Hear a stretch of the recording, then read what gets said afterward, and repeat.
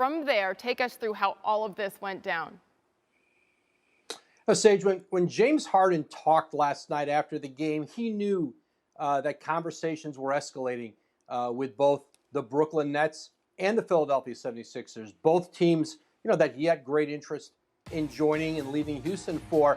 And so I think it was quite orchestrated to try to give the organization another push to say, come on, guys, pull the trigger on one of these deals. Let's get it done. I think that was part of it. And so I do think that they were on their way toward a deal. There's no question it had become untenable in Houston. And then today, both Brooklyn and the 76ers ultimately put their best offers on the table. And Brooklyn's desire to get James Harden to go with Kevin Durant and obviously Kyrie Irving when he returns, they were just determined to get this deal done. 3 first-round picks from them, 4 pick swaps. Obviously, the pick that goes through Cleveland to the Rockets, who get a great return for this. But this is a Brooklyn organization that is all in right now. You mentioned Kyrie Irving's name, and he, of course, has been kind of a nuisance for this team of late. He remains absent from the Nets for personal reasons and under league investigation for potentially violating COVID-19 protocols. So you have Harden, you have Kevin Durant, and you have Kyrie Irving. I mean, how does he fit back into this equation, assuming he wants to come back, Woj? Well, he's going to have to fit back into it. But what the Nets did here by getting James Harden, listen, they know that Kevin Durant is going to be coming back up on free agency in 2 years. You're always thinking about that. And now having James Harden there, that helps to solidify keeping Kevin Durant, who has come off this Achilles injury, playing at his old form as an MVP level player. And so Kyrie Irving can rejoin this team. He can recommit to this organization. And you have 3 MVP level players together. And if he doesn't want to be a part of it or it's not going to work out, well, you've got James Harden now. And certainly they paid a great price for it.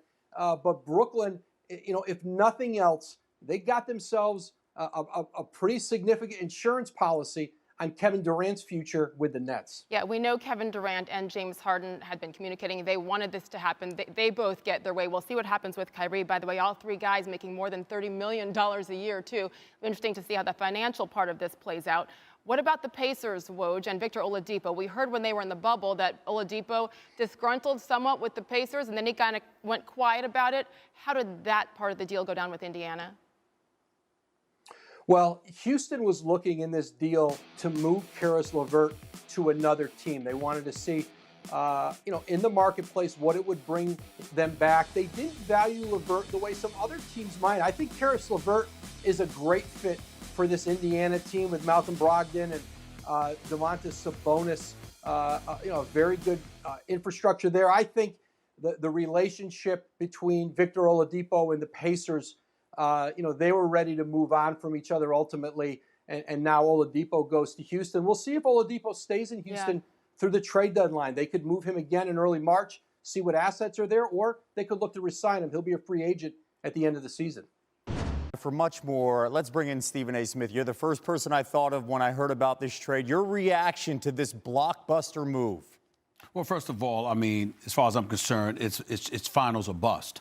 You assemble Lethal Weapon 3, which is what we could easily call them right now. There's simply no excuse not to come out of the East and advance to the NBA Finals. There really is not an excuse. James Harden's getting paid $40 million this year. Kevin Durant's getting paid $39. Kyrie Irving is somewhere we don't know at an undisclosed location doing whatever it is that he does, but still getting $33.4 million this season. In the end, what it comes down to is that all of these brothers are big-time basketball players. This is Kevin Durant's franchise. James Harden would not be there unless Kevin Durant wanted him to be there. It's definitely a security blanket in case things continue to fall in the wrong direction as it pertains to Kyrie Irving. It's going to come down with James Harden and Kevin Durant. And let me be very, very clear. We can sit up there and we can talk about James Harden all we want to. The man has averaged over 30 the last 3 years, at least 29 the last 4 years, at least 28 the last 5 years. He is one of the most prolific scorers this game of basketball has ever seen. And more importantly than that, he loves to play the game of basketball. He doesn't engage in load management. He believes believes in showing up. You can worry about a few things all you want to about James Harden, but the one thing you do not have to worry about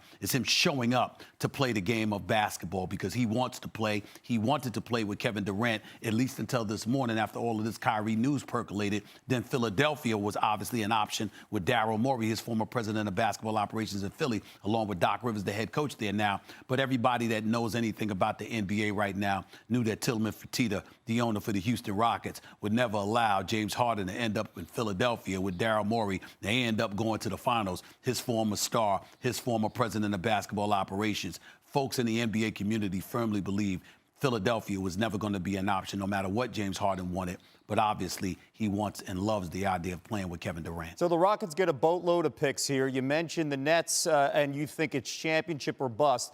What advice would you give Steve Nash?